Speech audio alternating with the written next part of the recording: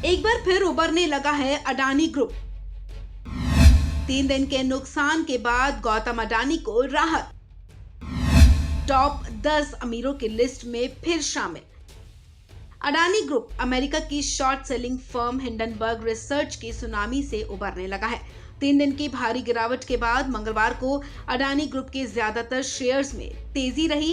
इससे ग्रुप के चेयरमैन गौतम अडानी की नेटवर्थ में भी तेजी आई है और वो एक बार फिर दुनिया के टॉप 10 अमीरों की लिस्ट में शामिल हो गए हैं। बता दें कि हिंडनबर्ग की रिपोर्ट के बाद अडानी ग्रुप के स्टॉक्स ऐसे गिरे थे कि ब्लूमबर्ग बिलियनर इंडेक्स के टॉप 10 अरबपतियों की लिस्ट से वो बाहर हो गए थे, लेकिन एक बार फिर वो इस लिस्ट में शामिल हो गए हैं।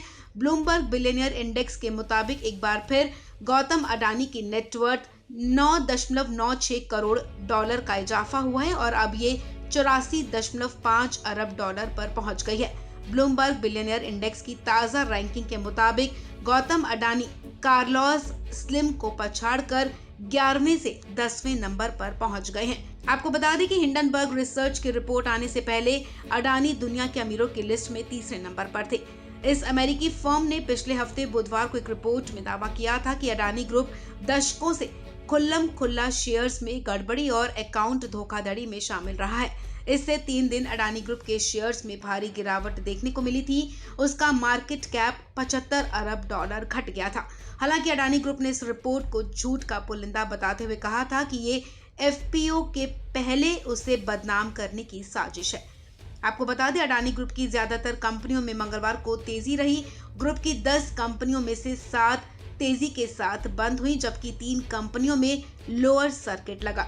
अडानी ग्रुप की फ्लैगशिप कंपनी अडानी एंटरप्राइजेस के शेयर्स में 3.35% की तेजी देखी गई है।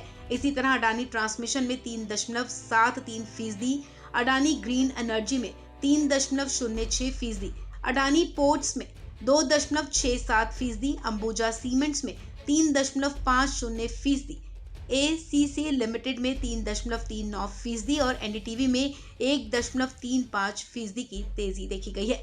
वहीं दूसरी तरफ अडानी टोटल गैस में 10%, अडानी विल्मर और अडानी पावर में 5% की गिरावट दर्ज की गई है।